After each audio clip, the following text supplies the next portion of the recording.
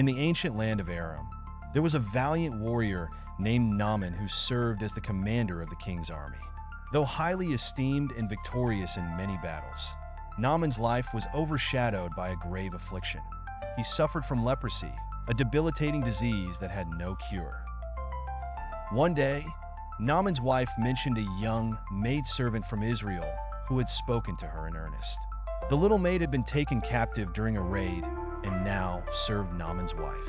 With a heart full of faith, she shared a word of hope.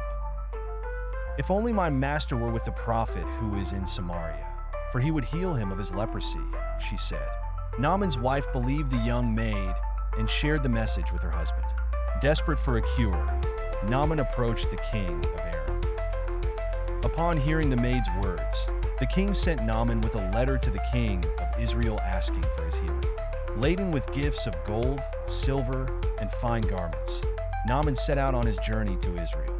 When Naaman arrived in Israel and presented the letter to the king of Israel was filled with fear and tore his garments, saying, "Am I God, to kill and make alive, that this man sends a man to me to heal him of his leprosy?"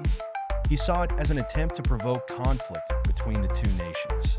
However, Elisha, the prophet, heard of the king's distress and sent a message to him, saying, "Let him come to me, and he shall know that there is a prophet in Israel."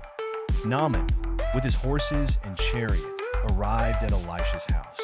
But Elisha did not come out to greet him.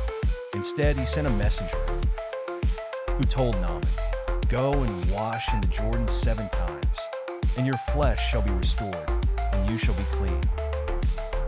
Naaman was angered by the simplicity of the instruction.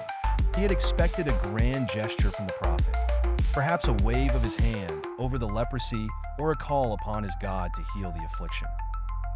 Enraged, he turned away, exclaiming that the rivers of Damascus were better than all the waters of Israel. But his servants approached and reasoned with him, saying, "My father, if the prophet had told you to do something great, would you not have done it? How much more then, when he says to you, 'Wash and be clean'?" Convicted by their words, Naaman went down to the Jordan River, dipped himself 7 times as Elisha had instructed, and his flesh was restored like that of a little child, clean and without blemish. Overwhelmed with gratitude, Naaman returned to Elisha and declared, "Now I know that there is no God in all the earth except in Israel." He offered gifts to Elisha, but the prophet refused them, wanting Naaman to know that the healing was a gift from God.